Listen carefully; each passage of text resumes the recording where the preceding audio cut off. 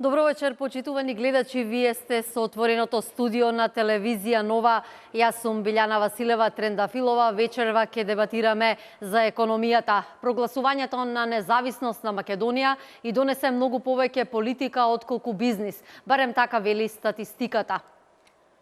Да, можеме да ја видиме статистиката. Во 25 години суверена и независна Македонија од 1990 до денес, дури 14 биле изборни години. Сме гласале на локални, редовни или вонредни парламентарни избори. Токму 14 изборни години, како што можете да видите на статистиката. Македонија гласала на редовни или вонредни парламентарни и председателски избори или сме одговарале на референдумско прашање. Тоа во просек значи дека во нашата земја избори се одржуваат речиси на секоја година и 9 месеци. Изборните циклуси се особено чести во периодот од 2004 година. Од тогаш до денес избори не се одржале само во 2007, 2010 како и во 2012 година. Изминатата 2015 година не беше изборна, но ќе биде запаметена токму по статистичките податоци. Таа беше една од најсилните, во земјата се одржаа силни политички потреси, поради кои оваа 2016 година во историјата ќе биде запишана како изборна и по кој знае кој пат одлучувачка за Македонија, барем според вордингот на политичарите. Како бизнисот успева да плива во континуираниот политички вртлок? Дали во Македонија е попрофитабилно да се мати бизнис или да се бистри политика? Овие дилеми и прашања ќе ги отвориме вечерва со моите и ваши гости, извршниот директор на Сојузот на стопанските комори Митко Алексов, потоа бизнисменот и собственик на неделникот Капитал Љупчо Зиков. Со нас во студиото на телевизија Нова ќе биде и универзитетската професорка Никица Мојсоска Блажевски, а ќе имаме и линковско вклучување токму од бизнисмените од Стопанската комора на Северозападна Македонија. Во отвореното студио дебатираме токму на економијата, визави политичките случувања. Ќе ги анализираме и најновите статистички податоци, како што веќе ви најавив, имаме подготвено и прилози. 2015-та, испоред статистичките податоци, но и меѓународните финансиски институции ги подкрепија овие податоци дека економијата е на здрави нозе. 2015-та завршивме со раст на бруто домашниот производ, на индустријата, извозот и рекорден пат на невработеноста. Александра Спасовска има повеќе детали на оваа тема.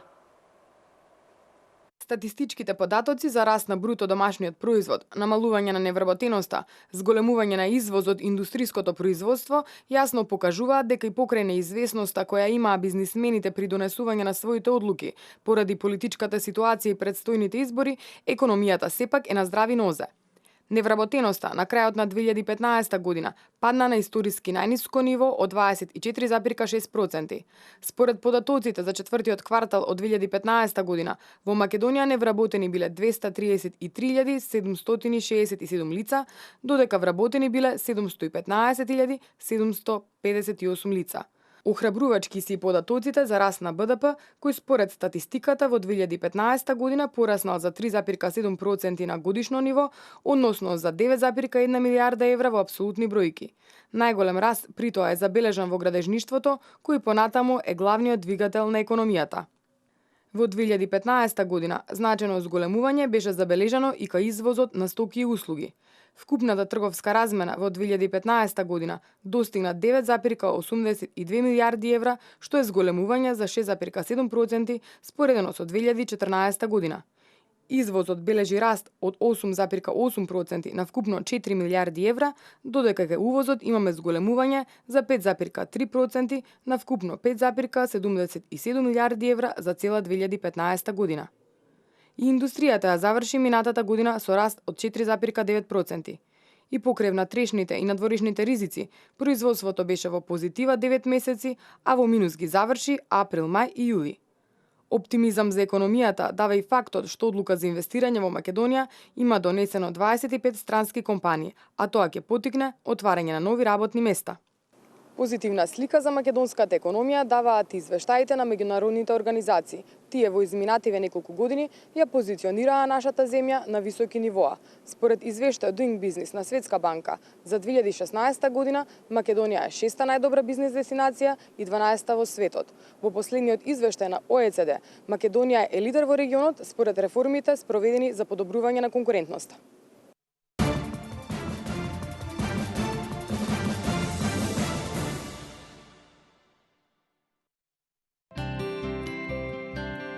Moje 15. godini mi je dijagnosticirana bolest koja se naziva astigmatizam. Dugo godina sam igrao sa mišlju da napravim lasersku korekciju. Bio sam u više klinika, međutim nisu mi dali onaj osjećaj da napravim konačnu odluku. Sistina oftalmologija mi je upravo dalo ono što je meni bilo najviše potrebno. Vi to kažete u Makedoniji doverba.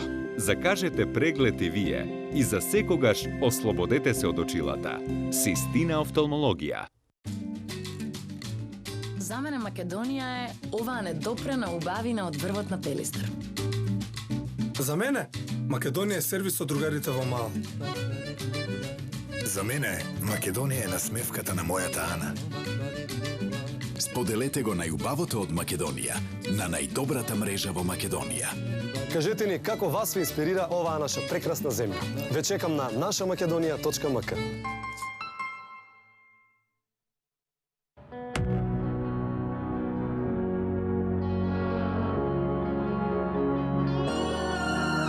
Часот на планетата Земја е најголемата светска еколошка акција, која преку символично исклучување на осветлувањето испраќа силна порака за спас на планетата Земја. ќе се вклучиш и ти.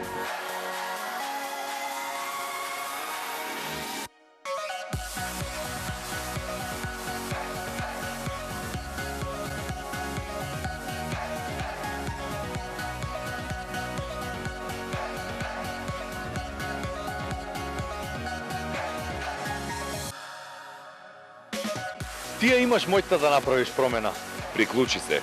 Заблескај светлина на климатските промени. Вклучи се во акцијата и исклучи ги светилките на 19 март во 20 часот и 30 минути.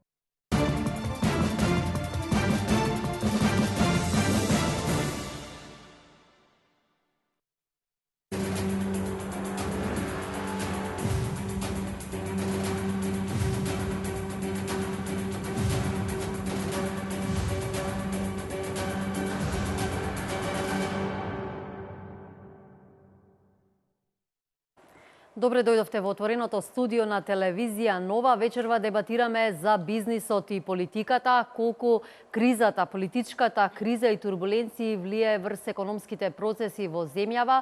Ви ги најавив, но и да ги представам моите и ваши гости вечерва се универзитетската професорка Никица Мојсовска-Блажевски. Добро вечер и за вас и добре дојдовте во студиото на телевизија Нова.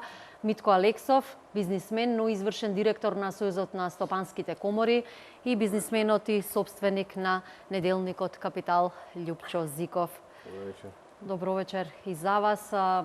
Никица, колку економијата е во сенка на политиката? Дали е во сенка или пак напротив и е светла точка? Мислам дека во последно време многу малку дебатираме за вистински економски проблеми или за економијата сама по себе, многу повеќе за политиката, за влијанието на политиката врз економијата, за статистички податоци дали се точни или неточни, а нема една здрава дебата за тоа како економијата да оди напред. Мислам дека недостасува воопшто. Да, ние вечерва ќе отвориме таа Мило дебата ми е, да. и ќе отвориме дел од тие дилеми. Зико, во Македонија се води политика или има простори за водење и креирање бизнис? Па гледано од микроекономски аспект, веројатно има простор за водење бизнис, меѓутоа во Македонија во бизнисот има се и сешто. И веројатно и времињата покажаа, меѓутоа и идните времиња ќе покажат дека имало се и сешто во нашиот бизнис. Тоа е така заради тоа што бизнисот не успеа да се ослободи од стегите на политиката во 25-6 години независност на оваа држава. И таа спрега помеѓу бизнисот и политиката во суштина ја создаде, веројатно и за тоа ќе зборуваме и во емисијата во еден дел, целиот тој баланс што треба бизнисот да го носи. Значи сакате неспособноста на политичарите да направат добра бизнис клима, сакате генерирање на корупција на сите нивоа во општеството од овие 25 години, со што се поскапи самиот бизнис во Македонија. Така да не можеме да кажеме нешто специјално дека има убав простор за бизнис водење во Македонија. Алексо, вие доаѓате токму од бизнисот, ги застапувате малите, микро и средни фирми. Што велат податоците? Располага ли Сојузот на стопанските комори со статистика колку штета трпеше бизнисот и приватниот сектор токму изминатата година откако почна една поголема политичка криза во Македонија? Видете, номинално не може да се каже, треба да се направат одредени пресметки, меѓутоа ние како комора сепак гледаме дека штетата е токму во онаа состојба која политичката криза ја предизвикува и ја предизвика во земјата во делот на одредени планови за развој или инвестициони програми кои ги имале компаниите. Значи бизнисот на некој начин ќе успее и се обидува да успее да ги ефектуира овие нарачки кои ги има со постојните партнери. Меѓутоа, оној дел на освојување на нови пазари, пронаоѓање на нови партнери, зголемување на производството, а со тоа и зголемување на вработеноста, значи зголемување на обемот на работа на компаниите, не се случува и тешко и да се случи, во колку продолжи оваквата состојба во земјата. Значи, ние како бизнис заедница до сега сме биле оптимисти, меѓутоа, каде е крајот? Се гледали крајот? Значи, ние не може како бизнис да зборуваме битен е еден ден или една недела, а не месеци и една неизвестност до кога ќе заврши политичката криза. Така да треба веќе да се знае одреден датум, период точен, за да се знае до кога оваа неизвестност ќе предизвикува негативни ефекти токму на бизнисот на микроплан.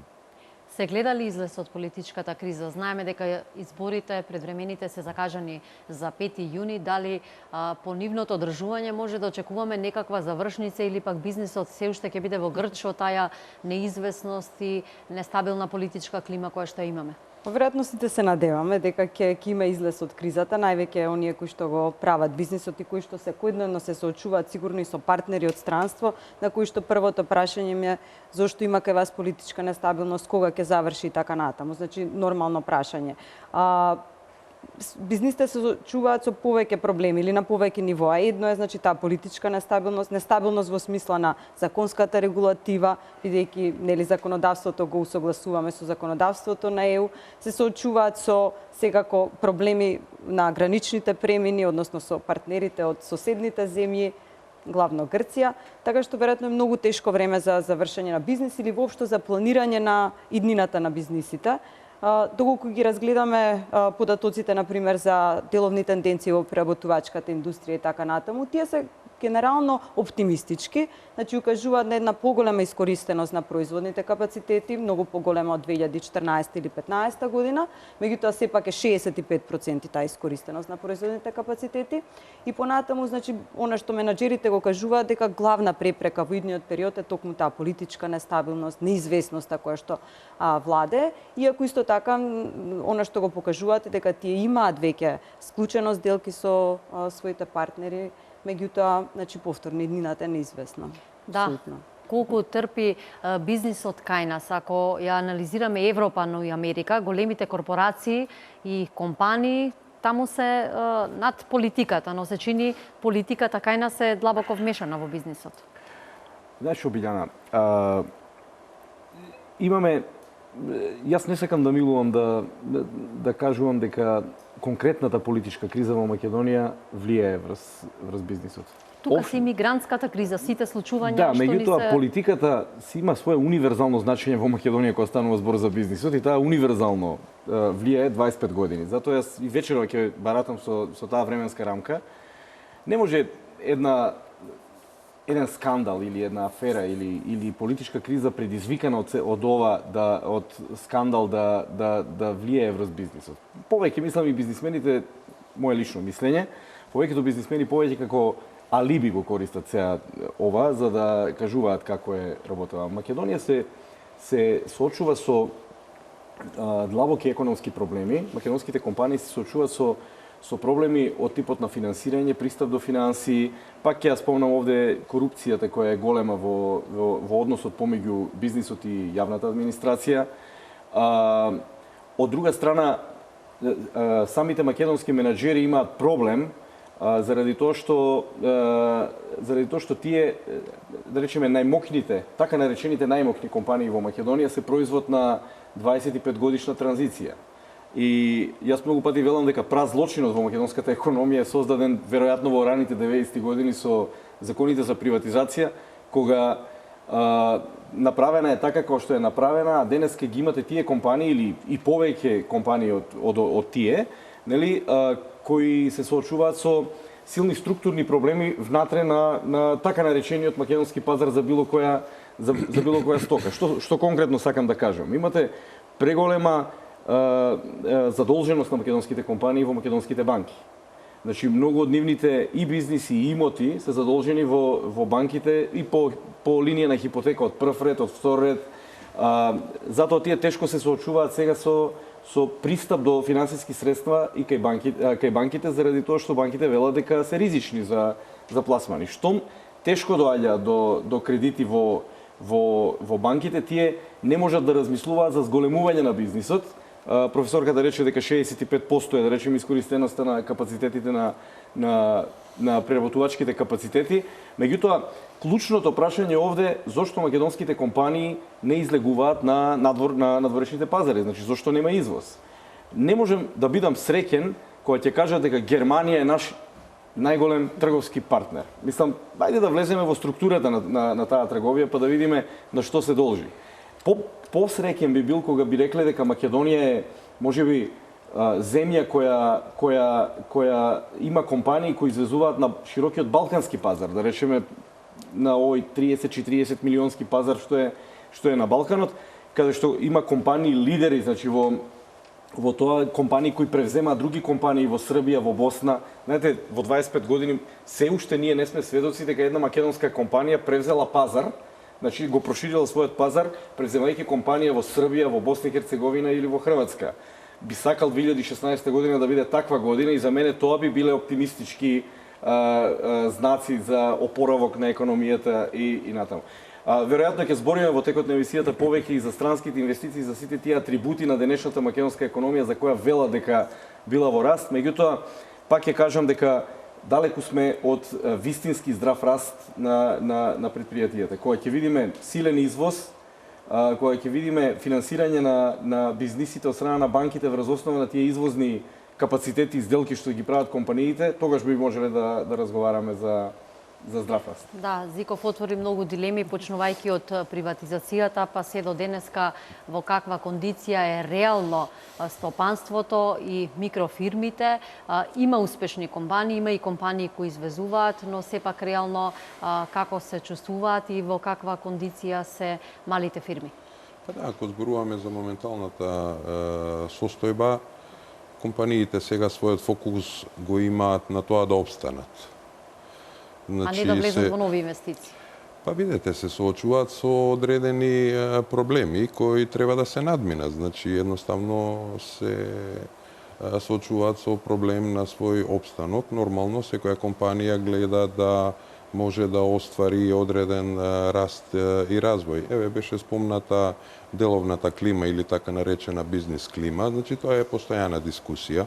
Деловната клима не може да биде добра, таа може да биде само подобра и подобра. Значи, тоа е еден процес кој континуирано треба да се работи на тој дел, за да може да се овозможи подобро функционирање на самите компании. Ние као Сојуз на стопански комори и останатите комори, врз основа на одредени анализи, повратни информации од нашите компании членки, правиме одреден сублимат, елаборираме, аргументирано доставуваме до до владата, каде што може нешто да се имплементира, да се промени, дали во делот на владење на правото, значи имаме доста чести измени на законските регулативи, кои, знаеме, 99% се микро, мали и средни компании кај нас, кои немаат правна служба кој може да ги прати сите тие законски измени и промени. Од друга страна па имаме инспекцијски надзори, нели околу 28 инспекции, кои може да дојдат во контрола кај одредено предпријатие, казните се високи, тоа може да доведе и до банкрот на одредени компании. Тука имавме една добра мерка за намалување на казните, токму кај оние микро најмалите предпријатија и потоа скалесто и кај малите и кај средните, значи да се фокусираат на развој и на бизнисот, а не да се затрупани административно со одредени процедури, правила и така натаму во тој дел. Потоа има судскиот систем, значи постојана тема која ја зборуваме, спори судски спорови, затоа има одредени модели, као што е арбитражниот суд, ние исто го имаме во Сојузот на стопански комори, еве сега медијацијата исто помеѓу компаниите како прв чекор за да може да се дојде до некое решение и ние исто така постојано инсистираме на формирање на специјални судови кои ќе се занимаваат со комерцијални спорови, значи компаниите према нашата информација се спремни повеќе да платат за овие судските такси. Меѓутоа, тој спор, како имаме чиста ситуација, да се реши за 45 дена, 90 дена, значи во еден краток временски период, да нема одложување на рочишта и така натаму, да траат тие спорови неколку години. Одобрувањето на кредити бележи пат. Дали е тоа одраз на ризикот од политичката криза кој го чувствуваат и деловните банки? Мислам дека според подоците од последниот квартал 2015 година всушност кредитите кон предпријатијата бележат раст. И тоа е една добра информација, веројатно, нешто што укажува на тоа дека предпријатијата сепак се во некој инвестициски циклус или барем некои од предпријатијата инвестираат. Меѓутоа, бидејќи тука беше започната дискусија за големината на компаниите, мислам дека тоа на што главно треба да го разговараме, а тоа е кои се тие компании кои што имаат пристап до капиталот, кои што растат, кои што инвестираат, па и кои се тие кои што се погодени од кризата. И наспроти нив цела она плејада на микрокомпании, значи мислам дека околу 75% од компаниите се микро, значи 1 до 9 вработени, 97% се мали и средни предпријатија, значи сосем имаат различни потреби, дали е за финансирање, дали е за раст. Исто така кога зборуваме за политичките случувања, не верувам дека тие влијат врз микрофирмите. Микрофирмите не се оние кои што извезуваат, тие вршат некој мал бизнес и така натаму. Значи не влијат на 90% од економијата.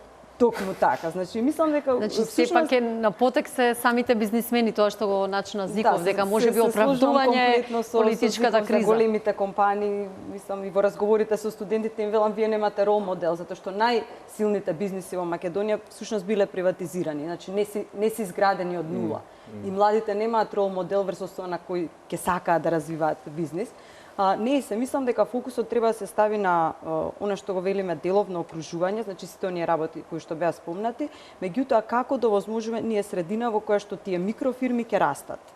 Значи ние немаме прелевање на микрофирмите во мали и средни предпријатија. И тоа е проблемот на економијата. Цело време работиме со една иста група, дали се тоа 200 компании, меѓутоа немаме раска овие маливе. Што и да направиме, значи било која мерка за подобрување на пристап до финанси и така натаму, едноставно не делува на цел тој еден голем сегмент на компании. Треба да се види што им недостасува на тие компании, нормално ако се поставени на здрави деловни основи. Меѓутоа, мислам дека тоа е сршта на развојот, на идниот развој на нашата економија. Како да се создадат услови фирмите да растат? Имаме ли услови создадени за раст и развој на малите фирми и каков е во моментов пристапот до капитал? Значи, ако земеме дека во Македонија топ 200 компании се во редот на некои мали, средни и средно големи, меѓутоа големи компании во Македонија не постојат, а има повеќе илјади мали компании, тоа значи дека 80-90% од македонската економија сочинуваат микропредпријатија. Тоа подразбира дека ние во суштина имаме лоша структура на поставеност на предпријатијата и тука има повеќе причини зашто е тоа така. Кога економијата ви ја сочинуваат во најголем процент предпријатија од 1 до 9 вработени, значи се гледа дека и капацитетот е ограничен на тие компании што може да прават. Тие ќе почнат на домашниот пазар нешто да оперираат и тешко е со 9 вработени да правите производ кој треба да излезе на балканскиот пазар. Значи тука треба нешто друго да се случи. Како ние велиме, од точка А во точка Б да отиде компанијата. Меѓутоа, во тој временски рок на компанијата како жив организам се случуваат многу работи, нели, кои ја ограничуваат. Една од тие работи е и целата политичка рамка во овие 25 години во Македонија, која веројатно го прави бизнисот во Македонија ризичен за финансирање. Што се однесува до кредитите во овој момент што се даваат, барем ја имам можеби контакти на дневна основа со банкарите, тие велат дека кредитите што ги даваат кон компаниите во најголема мерка се кредити за рефинансирање на стари долгови. Се некои рамки за исплаќање на плата, значи за опстанок. Од друга страна, и колегата од Сојузот на стопански комори спомна инспекциите се споменати овде. Значи, знаете, срамота би било за една економија, за една компанија, компаниите да банкротираат заради инспекции, што ќе им дојдат во компаниите. Значи, обично се банкротира заради лоша пазарна позиција. Значи, од бизнис се банкротира. Државата мора да изгради чувство дека не може да создаде економија која е непријателски расположена кон сопствените компании од кои треба да влече даноци во буџетот. Значи не може компанија да банкротира заради инспекција. Тоа мора да се надмине како појава. Не може да биде казнет оној кој прави пари и плаќа даноци во државата. Затоа ја одбивам да дискутирам на таква тема, каде што инспекциите се наметнуваат како фактор во општеството од кој ќе зависи иднината на компанијата и на вработените внатре. И тука сега, нели, како велиме, за едни вака, за другите така и можеме сега дискусијата да ја отераме, нели, во она класично партиски муавет, нели, во тој дел. Она што сакам да заклучам во овој дел од дискусијата е тоа дека подолго време и пишуваме на таа тема и анализираме дека на Македонија и треба квантен скок во економијата. Ја тоа така го насловив. Тоа значи дека лекот за македонската економија, следствено за македонските компании, не го гледам во оние конзервативни мерки на макроекономска или на финансиска политика во Македонија кои се водат со години. Што подразбирам под тоа? Велат одредено ниво на кредитирање на компаниите, кое е зададено ниво на кредитирање. Ризикот бил многу голем. Тоа се митови, значи во тоа. Знаете, кога имате прилично ризична атмосфера, тогаш и можноста за профит е поголема. Зошто државата или владата преку монетарните политики, инструменти, треба да влезат со банкарскиот систем во нешто што се вели превземање на ризикот, нели, во финансирање на компании кои се иновативни компании кои можат да направат разлика во економијата. Квантниот скок го гледам во тоа дека сегашната структура на компании во Македонија воопшто не соодветствува на потребата дека Македонија ќе прави високи стапки на раст во следните години. Не може ние да се задоволиме со стапка на раст од 2,5-3%. Тоа се стапки на раст со кои се задоволуваат развиените економии, како Германија, Америка, Канада, Франција, земите на Европската унија. Значи, тоа се стапки за раст за тие економии. За нас не може да биде доволна стапка на раст до 6%. Јас во неколку навреди до сега сум кажал дека 6% и нагоре се стапки на раст во континуитет во кој Македонија мора да трча да ги остварува. Тоа се со длабоки реформи во економскиот систем, во она што значи плац каде што компаниите треба да работат. Значи овде имаме во делот на реформа на тоа како го гледаме и како ќе го гледаме растот на GDP во наредниот период. Значи не може да биде растот на GDP да се потпира исклучиво на потрошувачката, на зголемувањето на потрошувачката. Растот на GDP мора да се потпира на раст на извозот пред се, а тоа значи дека раст на инвестиционата потрошувачка во делот на раст на новите индустрии во нашата економија. Ако ние така ја поставиме работата, тогаш ќе отвориме темата што им треба на македонските компании за за да го промениме овој модел. Да, ќе дискутираме и за растот и за статистичките податоци, но Зиков отвори токму едно прашање околу диалогот на бизнис заедницата со владата, дали е таа пријателски настроена и колку најдувате на прифаќање на вашите мерки. Често можеме да слушнеме дека стопанството и Сојузот на стопански комори крои мерки кои се неопходни и потребни. Има ли слух? Може да кажам дека има тој јавно-приватен диалог, значи тој диалог постои помеѓу стопанството и владата. Во извесен временски период, значи ние правиме, као што и пред малку напоменав, сублимат на одредени барања или предлог мерки врз основа на информацијата и барањата од компаниите. Еве неодамна исто така 65 мерки кои ги поделивме во неколку категории, значи законска регулатива и административни бариери, потоа енергетика, недвижнини, имавме трговија, развој на пазарот на труд, ИКТ секторот како еден од стратешките сектори, градежништво, така да во тој дел има одреден слух, нешто што може да се имплементира веднаш. Гледаме дека тоа се остварува. Еве да напоменам неколку. Например, ние баравме оваа мерка 5% данок на ДДВ кај становите да продолжи во следните 3 години, бидејќи сепак градежништвото е двигател на економијата, таква ни е состојбата во државата, да мора од буџетот и преку овие капитални инвестиции или јавна потрошувачка да се стимулира растот. Други мерки, задолжницата. Нели имаше предлог да стане задолжителна, бидејќи задолжницата токму беше проект на Сојузот на стопански комори во тој дел да се постигне подобра наплата помеѓу компаниите, да може да се наплатат побрзо, и тоа беше наш проект кој го доставивме. Се воведе задолжницата, меѓутоа од 1 мај 2014 со Законот за финансиска дисциплина веќе задолжницата почна да го губи тој ефект и оној предлог да стане задолжителна стана непотребен, така да ние сугериравме. Тоа беше исто така прифатено.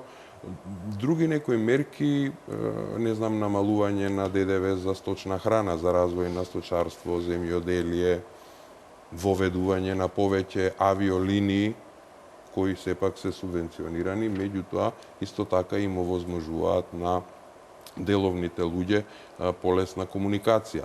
Во делот на туризмот, значи субвенционирање на дојдовен или тој така наречен incoming туризам, кој е минатата година 14% имаме зголемување на странски туристи, околу 250 милиони имаме нето девизен ефект токму од туризмот, меѓутоа туризмот е мултипликатор, он покренува и други сектори внатре во економијата.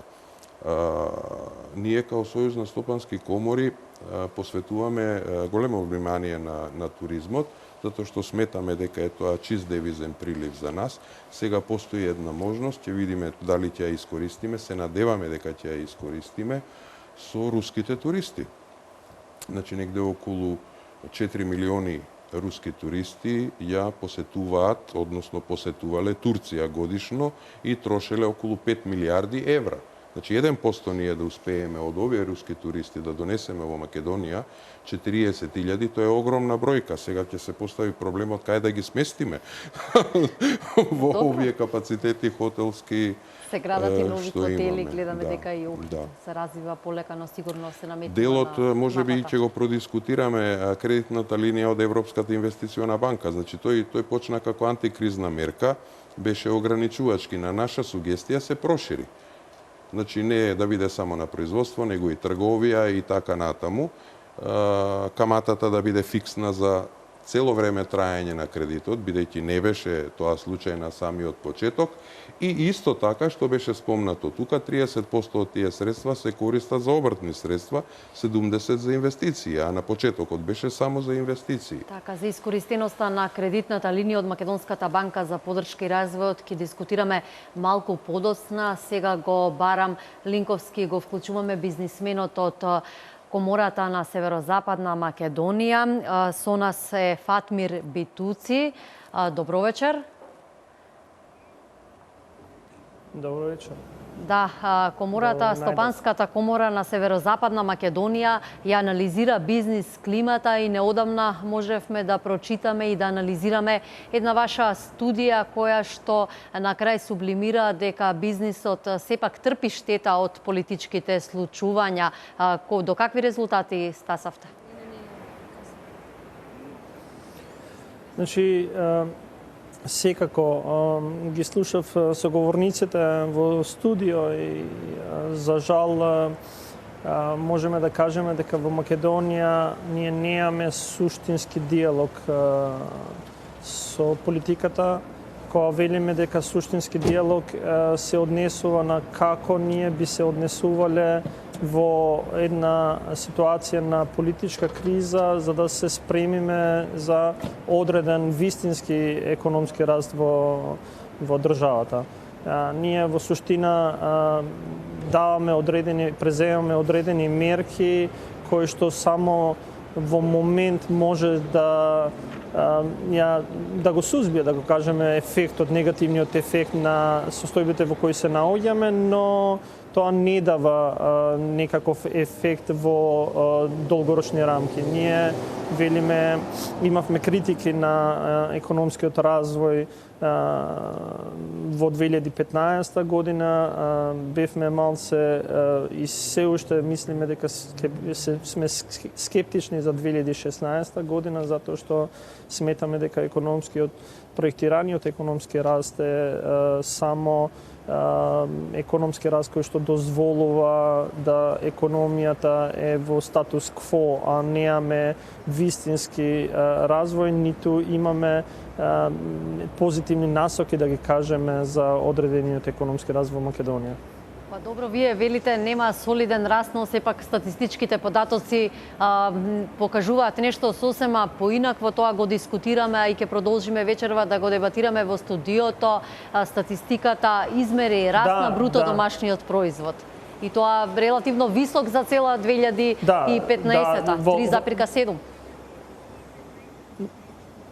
На ниво на 3,7, ако видите која индустрија најмногу придонесува во тој економски раст, тоа е градежништвото и секако сметаме дека ова не се должи на одредените умерени политики, туку се должи на проектите кои што се инфраструктурните проекти кои што се започнати поодамно време и дека со нивното завршување ние ќе се вратиме на процент кој што сметаме дека е реален процент за економскиот развој во Македонија и затоа ние во суштина алармираме затоа што сметаме дека ние треба да сме спремни да кога ќе го немаме таквиот раст на градежништвото како што го имаме сега, како целокупната економија ќе се справи со тогашната ситуација и затоа велиме дека мерките кои што треба да се превземат и политиките кои што треба да се донесат во овој момент треба да ги следат барањата и треба да ги следат потребите на стопанството, а потребите на стопанството е инвестиции во нивна поголема конкурентност, во зголемување на предприемништво, во зголемување на инвестиции во иновации, во нови продукти и изнаоѓање на нови продукти кои што се изнаоѓање на нови пазари кои што ќе бидат одржливи, да ги кажеме, пазари. Сосема накусој за крај Битуци, што велат вашите членки, трпи ли бизнисот заради политичката криза? Намалени ли им се нарачките од странство? Секако секоја политичка криза знаеме дека за одредени бизниси е можно, за одредени бизниси е препрека. Севкупно гледано ние жалиме што политичката криза се одолговлечи толку многу затоа што таа има негативен ефект кај сите стопанственици. Едниот ефект кај сите е најверојатно психолошкиот ефект затоа што они се плашат и за влегување во нови инвестиции, во нови суштински инвестиции. А второ, секако доста од бизнисмените кажуваат дека потрошувачката кошница и потрошувачката на самото население е намалено затоа што по се изгледа психолошкиот ефект не е само кај стопанствениците, туку е севкупно. Ние сепак велиме дека како стопанска комора, но и со самите стопанственици се надеваме дека политичката криза наскоро ќе се оконча и крајно време е да се вратиме во тоа што ние го велиме здрав економски раст, на здрави нозе да се постават некои работи за да стопанството и стопанствениците продолжат и понатаму да придонесат во економскиот развој на оваа држава.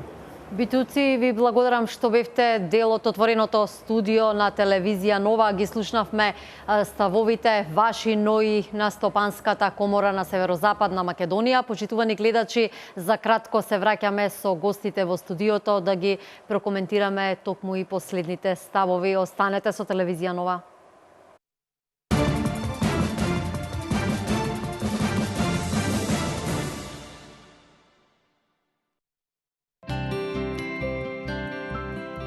Дваесет години со научари.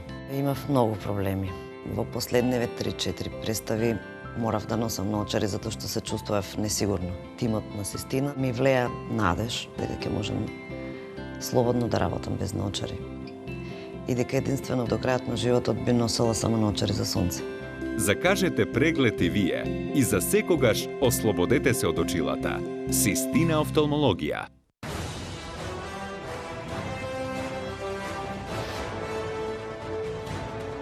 Повеќе од 20 години ние го обновуваме минатото. Ние ја градиме иднината. Трансмет.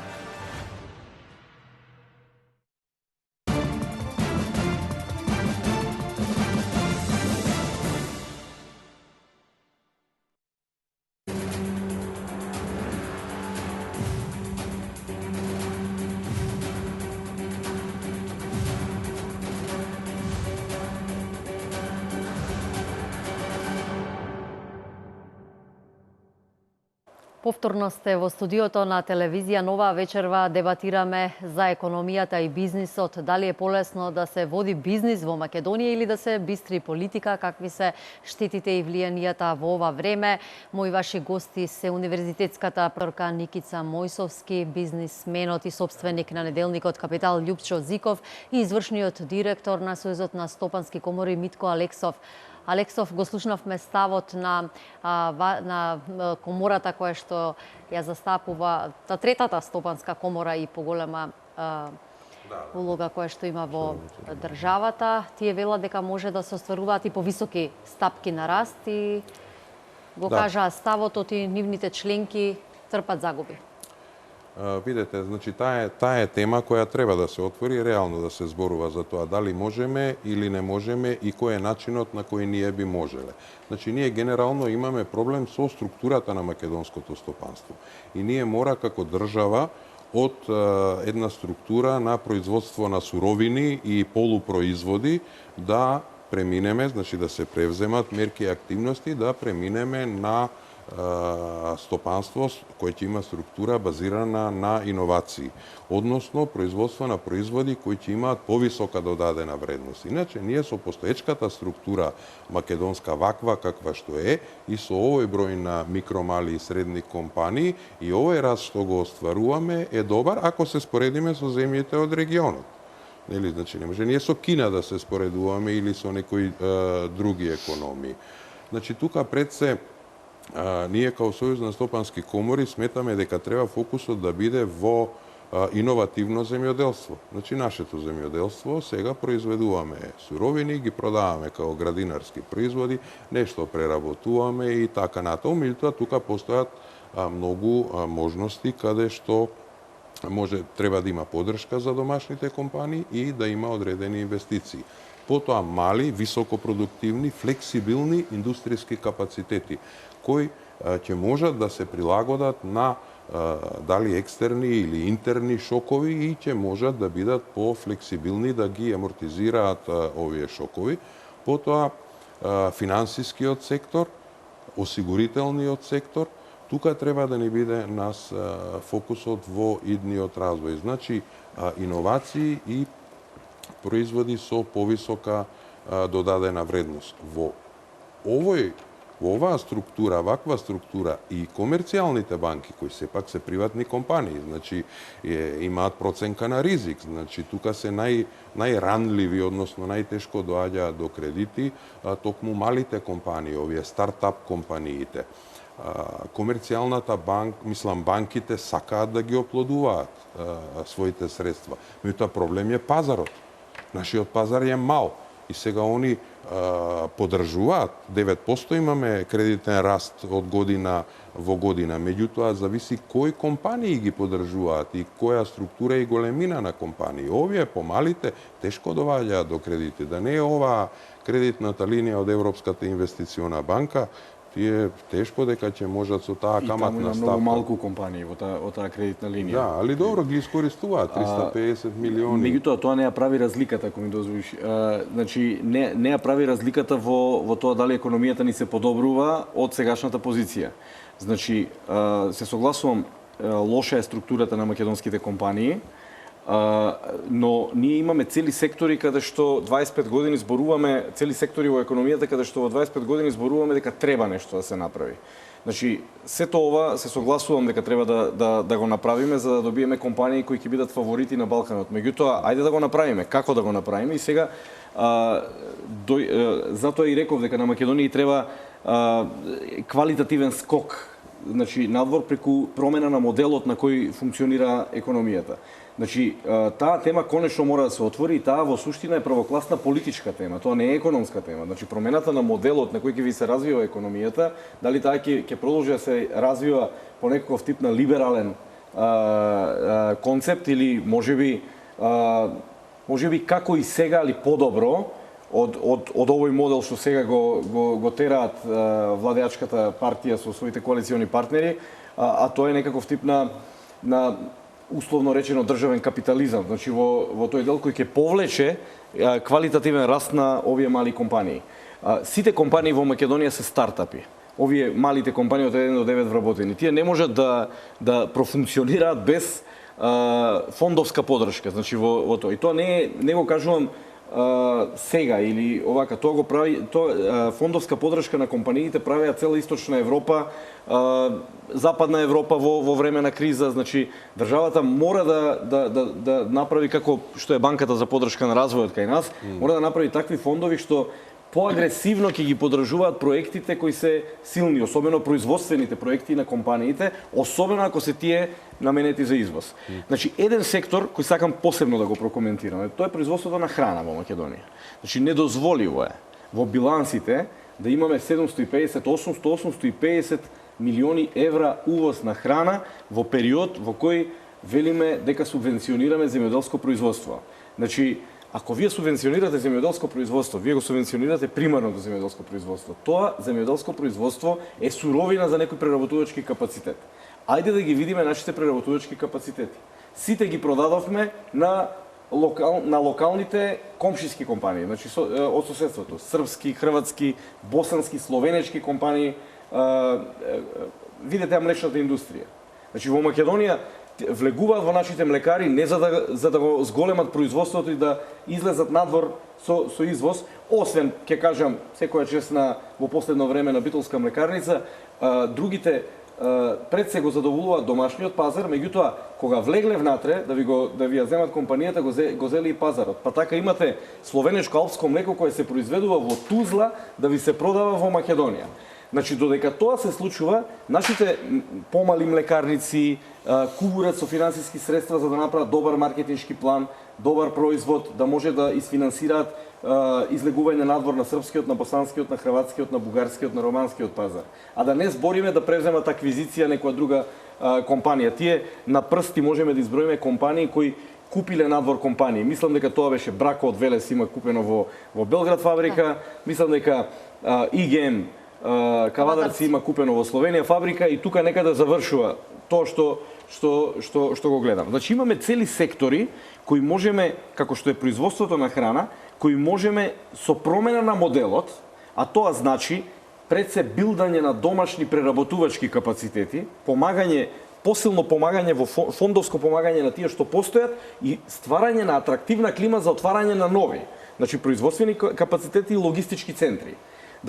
Овде може државата многу да помогне во она што значи јавно-приватно партнерство, например да го прави, а не Агрокор да ми го носите во Струмица и да му ги продајате капацитетите во Струмица, зошто за да тој ја купи македонската суровина и да ја извезе на светскиот пазар. Тоа требаше да го прави македонска компанија. Кога вие тоа така ќе го поставите, тогаш има смисла да субвенционирате примарно земјоделие. Заради тоа што домашната преработувачка индустрија би била во рацете на домашни инвеститори, македонски граѓани, кои купуваат суровина на домашниот пазар. Зборуваме сега за производството на храна. Македонија прилично е добра во капацитетите и во тоа што може да понуди на светскиот пазар.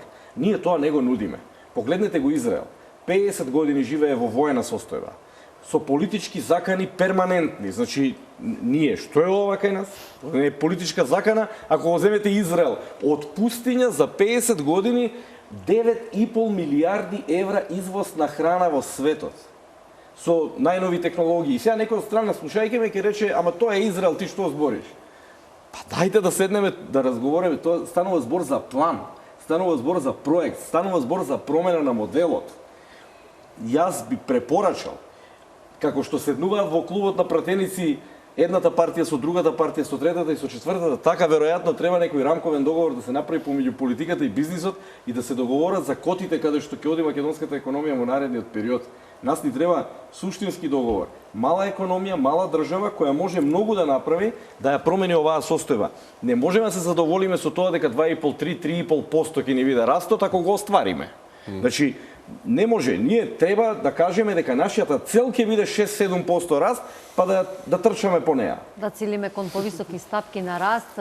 Зико вели дека потребна е можеби промена на стратегијата, но од друга страна и поголема поддршка, фондовска поддршка за малите и микро компании. Го имаме фондот за иновации, кој да речам голем дел од сумата одвојува токму за мотивирање и финансирање, започнување на стартап и на спин-оф компании. Јас малку ќе се навратам на претходната дискусија. Мислам дека ние генерално лошо го разбравме системот на пазарна економија, односно мислевме дека тоа е економија во која што нема никакво мешање на државата, фирмите се оставени да работат сами на себе и така натаму. Меѓутоа, прво не бевме доволно зрели за еден таков систем, па гледаме дека земјоделците кои што имаат преголемо производство на домати и така натаму, потоа бараат некој да им ги откупи доматите, главно од владата. И второ, мислам дека воопшто грешно беше разбран концептот, бидејќи во секоја економија, колку и да е пазарна, има планирање. А ние бегавме, значи, од тоа планирање, планска економија. Па така сега се соочуваме со овие, значи, дилеми или негативни појави во кои што имаме производство на земјоделски производи, ги фрламе, од друга страна увезуваме храна, што е сосема неприфатливо. Значи, една добра политика на субвенционирање на земјоделското производство, ама повторно неплански. Значи, ајде, онаму каде што субвенционираме или да субвенционираме во одредени гранки, веднаш да се развијат производни капацитети за тие рамки. Јас тоа сум го видела во Унгарија пред 12 години. Значи, активни политики за вработување, вели вие ќе произведувате домати од овој тип, еве ви го семето, тука има фабрика за кетчап. Значи, тоа е план, мислам, тоа е плански систем кој што функционира секад. Ние некако избегавме, така сакавме да избегавме. Или ако нема фабрика, оди земи пари, направи фабрика за кетчуп. Така. Значи, тука има простор за интервенција државна и мислам дека секогаш државата треба да биде предводник во развојот на бизнисите, во развојот на економијата. И сега го спомнавме тој развоен модел. Не мислам дека е толку погрешно поставен развојниот модел, него мислам дека се соочуваме со тоа да државата некако го води развојниот модел.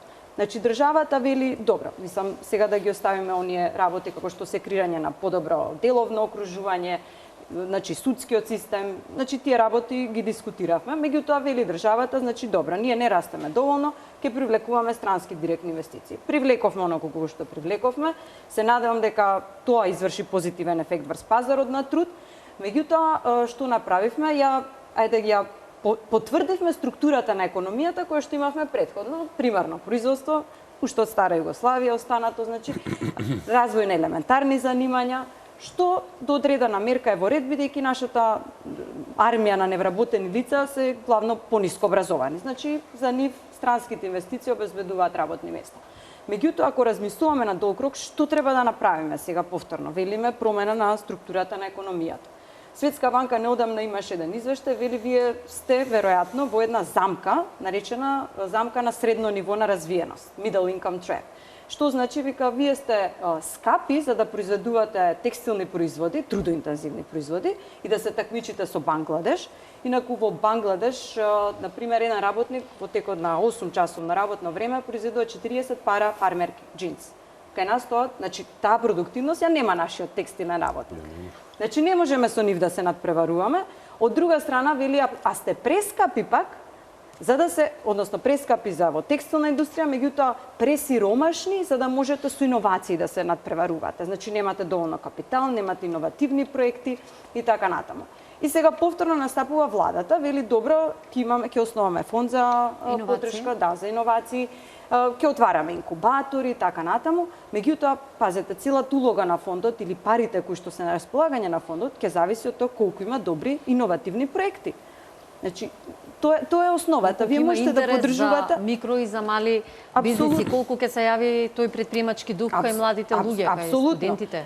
И сега, значи, исто, треба да се промовира предприемаштвото, тоа го рековме, ама не можете вие на 25 годишна возраст, па и 20 годишна возраст, кај некој да промовирате предприемништво. Се почнува од најмали години, тој дух се. Она што фали е фокус. Значи, ние имам чувство дека ќе слушнеме нешто во светот тренд сега, ајде ќе го имплементираме. Сега ќе финансираме иновативни проекти. Фали одговор на прашањето кои иновативни проекти? Каде е шансата, според мене? Ево вака, неприпремен. Значи, ја спомнав секторот за храна. Значи, таму каде што имаме огромни увози, каде што трошиме девизи, значи, реков 800 милиони евра е увозот на храна, нацртно, во Македонија, а ние се промовираме во светот како земјоделска земја. Погледнете сега во трговскиот биланс што значи тие 800 милиона и колкав процент од билансот е увозот на таа храна.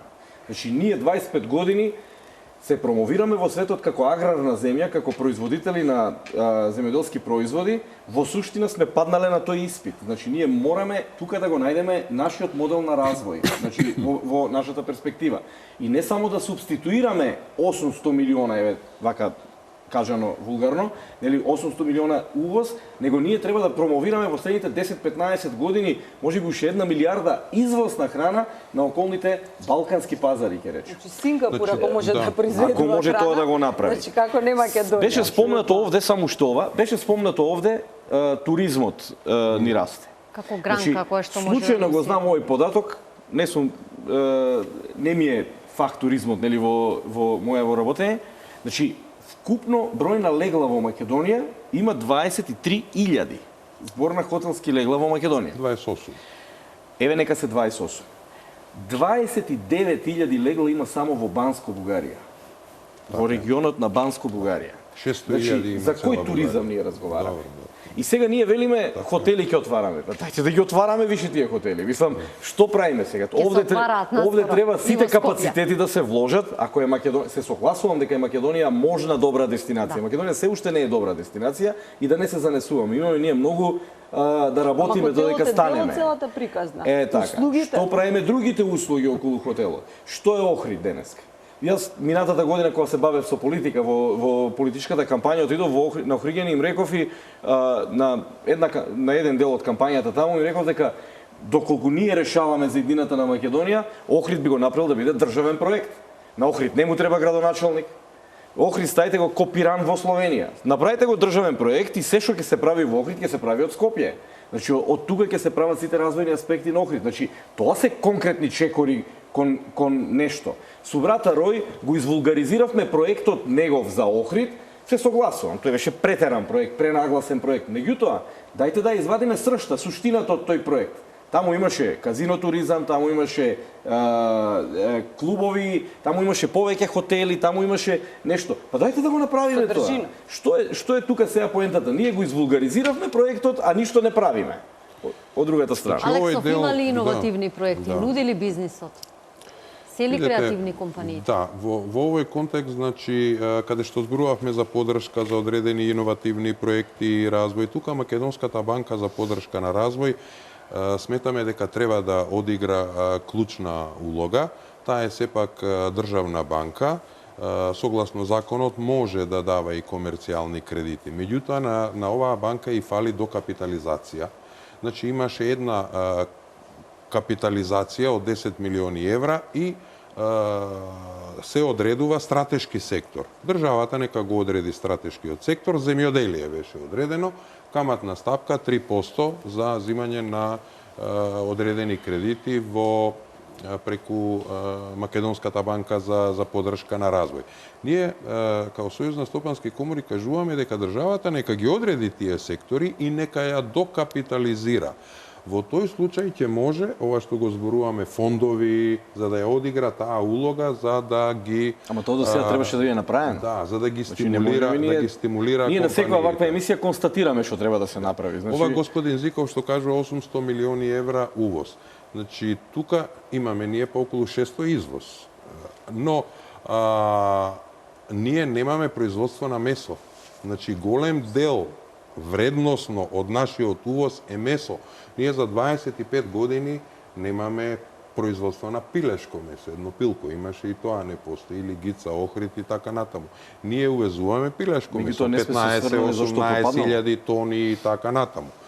Увезуваме говецко, јунешко месо, увезуваме свинско месо. Значи, вакви подршки фондовски од оваа банка за стимулирање токму на овие сектори и овие производства, сигурно ќе дадат резултат во иднина. Каква искористеност, ја споменуваме на неколку пати Македонската банка за подршка и развој, имаше неколку кредитни линии, каква е искористеноста на тие пари од страна на бизнис заедницата? Се зборуваме за ЕИП, Европска инвестициона банка. Тие се искористуваат. Еве четвртата транша, 350 милиони во тотал до сега 4 транши, тие се искористуваат. Малите и средни предпријатија токму ги користат тие, иако законски може во колку не се искористат, за да може да се аплицира или да се побара нова транша, околу 30% да се дадат и на поголемите. Имаше еден таков случај, поголемите веднаш ги искористија, мислам, ова не се големи пари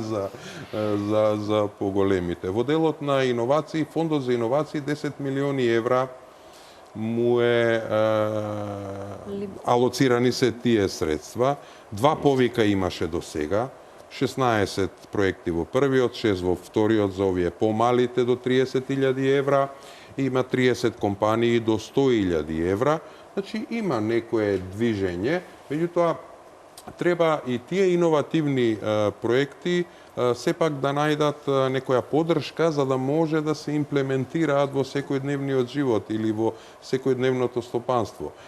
Ние, значи, имавме една активност да сите овие компании, кои се претежно микро и мали, овие помалите, ги зачленивме бесплатно во Сојузот на стопански комори, да им дадеме подршка, да ги промовираме, да тие патенти или иновативни проекти најдат примена во секојдневното живење наше.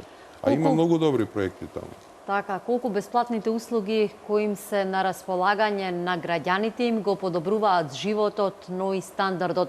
Кои се тие владини мерки кои помагаат во секојдневието? Иле Петревски истражуваше на оваа тема.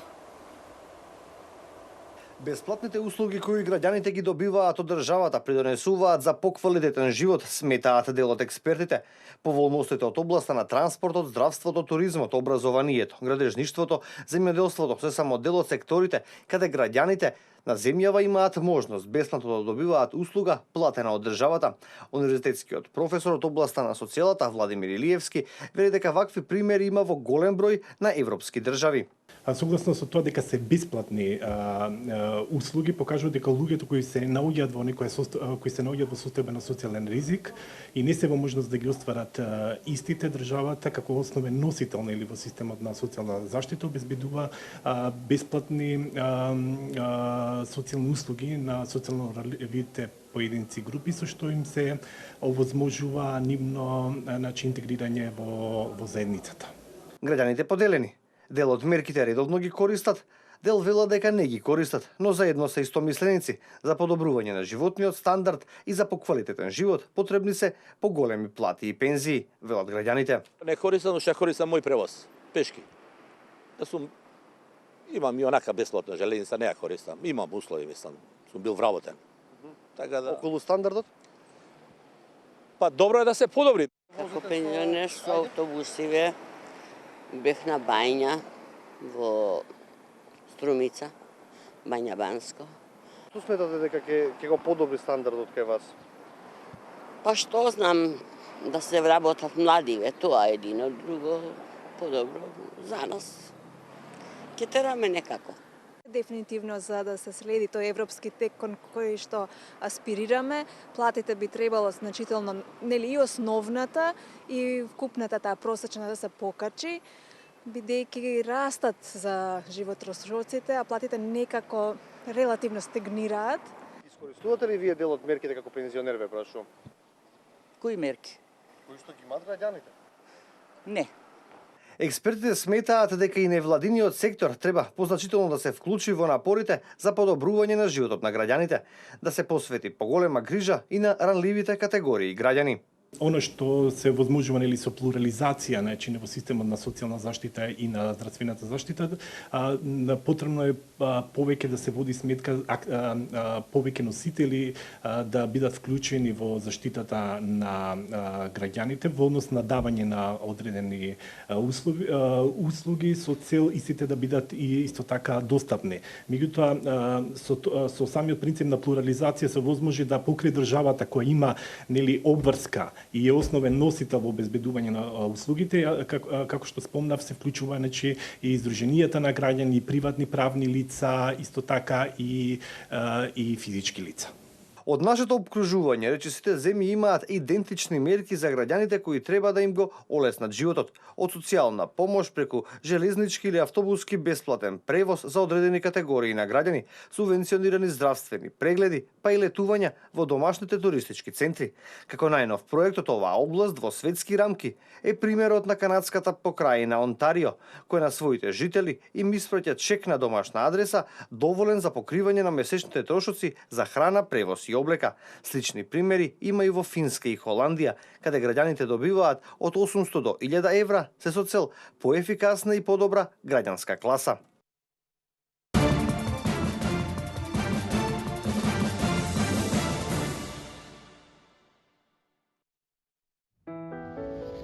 Не има насекаде. Поврзуваме се што е важно.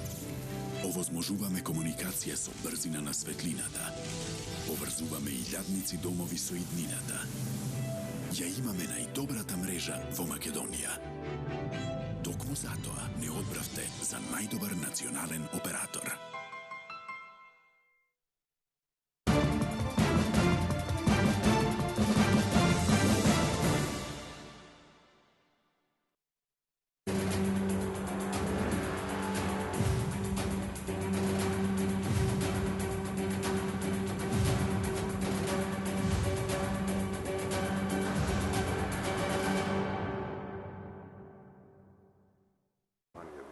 Помалку од 20 минути ни останува вечерва за отвореното студио. Дебатираме токму за економијата и бизнисот.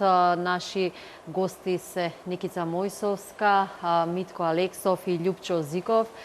Слушнавме многу податоци, многу информации, вечерва отворивме и многу дилеми и прашања поврзани токму со кондицијата на приватниот сектор и воопшто сликата на македонската економија. Тоа што е забележително се последните податоци на државната статистика, подкрепени од меѓународните финансиски институции, рекорден пат на невработеноста, раст на бруто домашниот производ, но имаме и раст на индустријата. Како ги коментирате и анализирате од економски аспект? Да.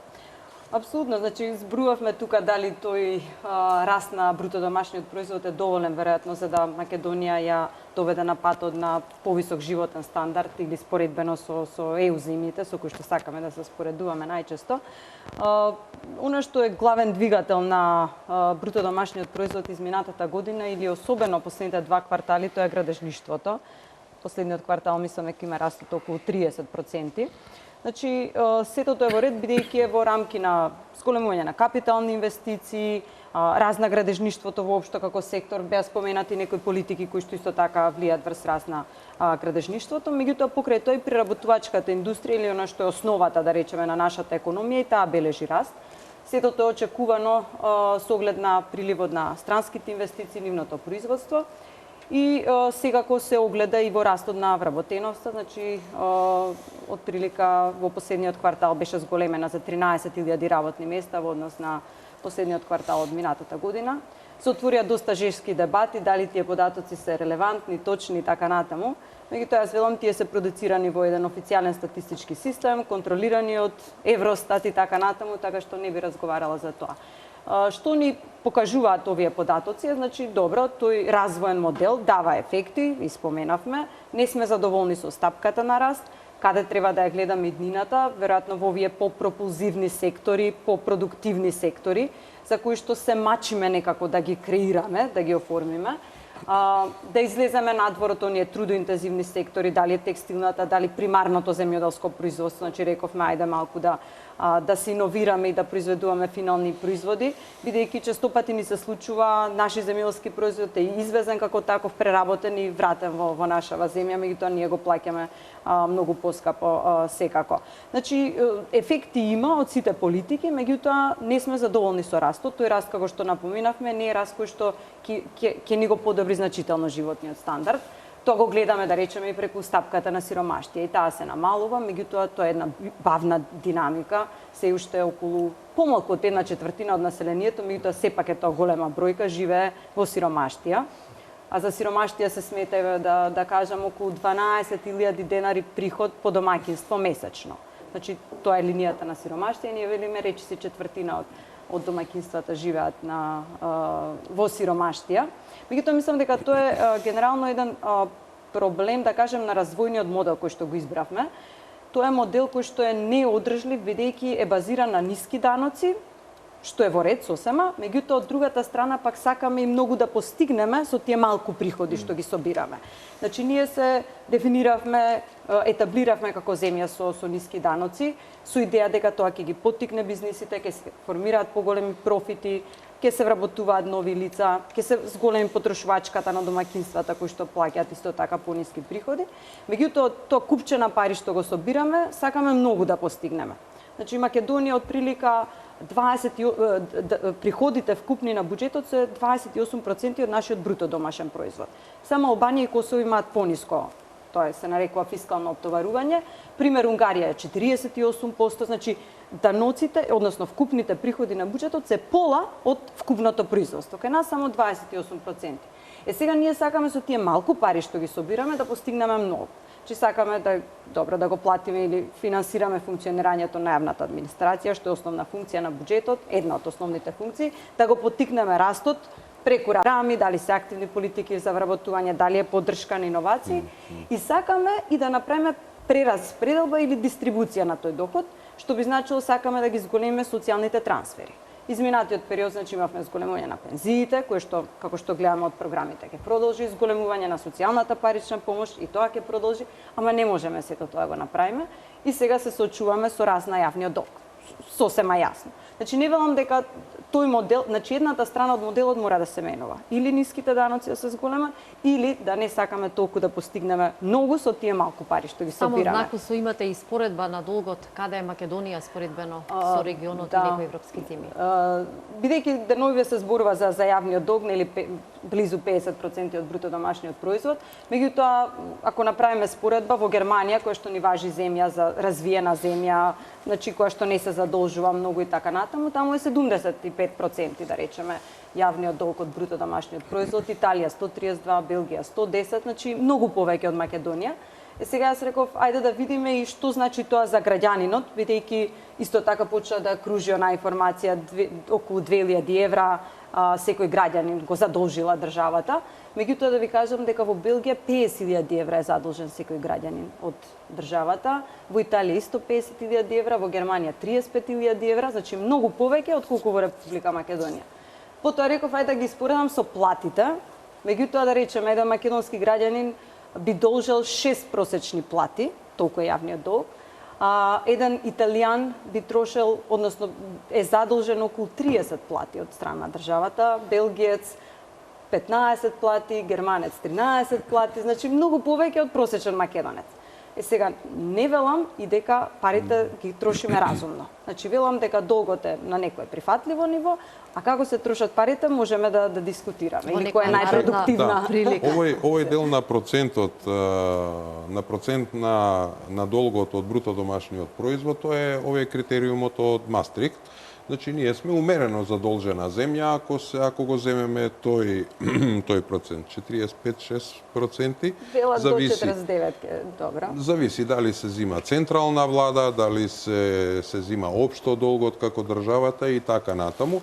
Значи, по тие критериуми сме умерено задолжена земја, меѓутоа има одредени економски теории каде што ја протежираат тезата дека токму овие проценти од бруто домашниот производ се направени за државите да се задолжуваат, па после одредени структури да имаат одредена контрола врз овие држави. Значи има економски теории, така да други економски теоретичари од светот кажуваат дека тој критериум за задолженост на државата не е добар, туку треба да се гледа извозот. Значи, затоа што извозот е тој што ќе ги враќа овие долгови во иднина и према некои теории, ако вашиот долг дојде негде на 1/3 од вредноста на извозот, тогаш веќе треба алармот да се запали и да се превземат одредени мерки. Го споменавме извозот, а статистиката измери токму и раст на извозот. Тука многу придонесуваат и странските компании од слободните економски зони. Зборувавме и за нив и сепак тие креираат голем удел имаат во оваа бројка.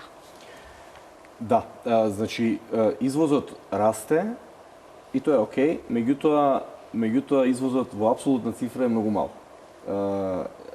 Нашиот дефицит е голем ако се земат перформансите на економијата, значи што може таа на среден рок да направи од 5 до 7 години. И сега доаѓаме до тој зачаран круг. Имаме неповолен трговски дефицит, имаме извоз кој расте, меѓутоа е многу мал, значи расте од некое многу ниско ниво. И што да направиме? Значи, јас сум поборник на тезата дека се согласувам дека нивото на задолженост на Македонија е во прифатливи рамки и дека Македонија треба да тера уште со задолжување, без разлика кој е на власт или која влада ќе биде во наредните години. И не само тоа, веројатно Македонија ќе мора да се задолжува поради сите нешта што ги каже професорка Вечерва како статистика. Значи, она што е клучно прашање е како ние ќе обезбедиме нов модел на раст и тој модел да го isfinansираме. Значи, оно што зборувавме цела вечер денеска. Тоа не може да го направите со сегашното ниво на собирање на приходите, на овие приходи што ги имаме во централниот буџет. Проценувам дека државата во наредните години ќе продолжи да се меша во економијата како коректор на некои економски тенденции. Она што треба да биде порака е да се фокусира државата на оние сектори на кои ние вечерва прилично дискутиравме, што би можеле да бидат мотори на развојот.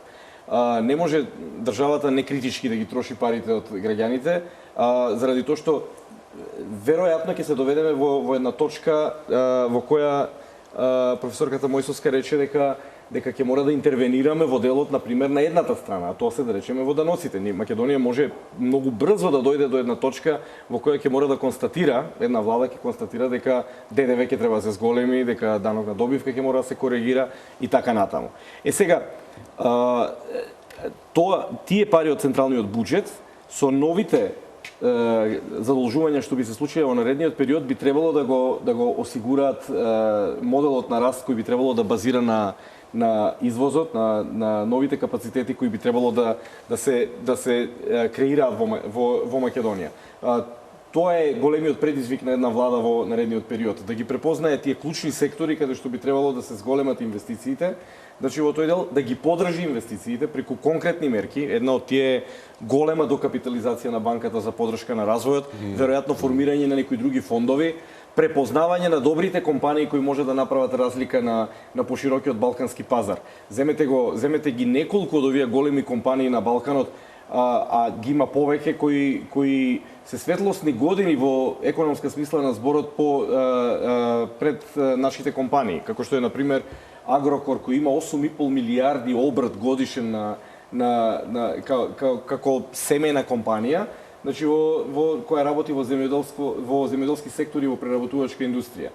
8,5 милиарди е помалку или повеќе 3 македонски буџети во една приватна компанија имате во Хрватска. Такви компании имате уште десетина во Хрватска кои се во ранг на величина од 500 до 800-900 милиони евра обрат. Такви компании имате во Србија. Македонските компании се, пак е, како што почна оваа емисија, така ќе го завршам мојот настап, а тоа е истоштени од транзицијата, презадолжени во банките по неколку пати, удавени во она што значи македонско секојдневие, корупција, тендери и така натаму, заборавија да гледаат преку граница, што може да се направи ново, а и оние кои прогледуваат преку граница тешко може да го обезбедат својот настап надвор, бидејќи се тие веќе изнемоштени, значи во тој дел. Затоа време е да се уклучи алармот, веројатно и помина тоа време, да се уклучи алармот и во една симбиоза помеѓу државата и бизнис секторот, поширокиот бизнис сектор, да се најдат тие клучни аспекти на новиот развој што би требало да траат во Македонија во следните 10 години. Алексов, имаме раст на извозот, економијата лани пораснала за 3,7% и само во последниот квартал 3,9%. Зико вели дека за посилни стапки на економски раст можеби е потребен и промена на моделот. Да, па тоа е ова што го дискутиравме, значи еден од клучните фактори сепак би требало да е Македонската банка за подршка на развој или други фондови кои ќе се организираат токму за подршка на овие компании. Меѓутоа не е само да произведуваат, домашните компании треба да бидат поддржани и во делот на извозот. Значи во делот на имплементирање на стандарди, значи вие не може да извезувате ако не исполнувате одредени стандарди, нели на самото производство. Во делот на брендирање на своето производство, во делот на позиционирање на странските пазари. Значи, одредена текстилна фабрика за да се позиционира, еве во соседството, нека е во Бугарија или во Србија, па треба да направи промоција, треба да направи маркетинг кампања, прво дали има средства тоа да го направи. Значи, и тука треба исто така подршка за домашните компании да можат да освојуваат нови пазари. Мојсовска, до изборите имаме околу 3 месеци, ќе остане ли економијата во грч до тој период? Па добре, јас сега малку ќе излезам и надвор од економијата и надвор од политиката и веројатно повеќе во секојдневниот живот на граѓаните. Мислам дека премногу почнавме да се замараме сите со политиката, со дневната политика и дури мислам дека и генерално и на работните места сме помалку продуктивни. Значи, така и така нашата продуктивност е ниска. Имаше неодамна во извештајот на Европската комисија дека еден македонски работник сработува 1/12 од што германски работник сработува. Значи, се додека не станеме попродуктивни, не можеме да имаме ни повисоки плати, ни повисок животен стандард, ни повисок раст на економијата. Значи, мислам дека треба едноставно сите да се консолидираме на еден начин, да почнеме да работиме, да мислиме на еднината на земјата. Изборите се нешто што ќе влијаат на нас, меѓутоа не врз нашиот секојдневен живот. Тие нема да ни го променат животот. Самите мора тоа да го направиме. Зиков, имавте обиди да влезете во политиката. Каде е полесно, во бизнисот или во политичкиот живот? Во политичкиот живот е многу полесно, заради тоа што не одговарате за тоа што ќе го кажете. Но вие се вративте повторно во бизнисот. Па јас се вратив во морето Рајкови. Значи јас само ова е мојата природна средина. Значи она што може да направи еден човек млад, полн со енергија во државата треба да го покаже со сопствениот пример и да даде пример. Значи во тоа како треба. Се трудиме да направиме добар бизнис во Македонија, меѓутоа морам да признам дека она што помалку ме разочарува е тоа што Македонија се празни, засилено се празни од луѓе кои имаат идеја, кои сакаат да сработат и да направат успех во деловниот план. Крајно време е веќе да политиката, без разлика, повторно ќе кажам, кој е на власт, да си стави прст на глава, значи политичариве, идните премиери, пратениците во парламентот да сватат дека тие се на потез за да направат атмосфера да навистина да се донесе политичка одлука за тоа како ќе функционира македонската економија. Ние не сме држава со 300 годишна капиталистичка традиција како што е Америка или земите на Европската унија, па некои работи сами од себе да се коригираат на пазарот или во некои сектори да имаме по 100 компании. Ние во сите наши сектори имаме по едва и 2-3 компании, тие се своевидни монополи или олигополи на пазарот, се договараат за цени, се договараат со владата за таа работа, така да присуството на политиката и на владата во вакви економии како нашава, во ваква држава како нашава, која удрена во крило 25 години шета некаде по светот на во унијата 200 држави, нели, мора да си ставиме прст на чело и да речеме чекајте да видиме каде одиме. Да донесеме потребната политичка одлука за тоа како ќе се развива економијата. Така е, се уште има креативни умови и во политиката и во економијата кои може да ја турнат напред и да ја развијат земјава, но и да им го подобрат стандардот и условите за живот на граѓаните. Ви благодарам што вечерва бевте дел од телевизија Нова и од отвореното студио. Почитувани гледачи, останете со нас. Следуваат најновите информации и вести од Македонија и светот со Анита Петровска Рајковиќ. Гледајте телевизија Нова.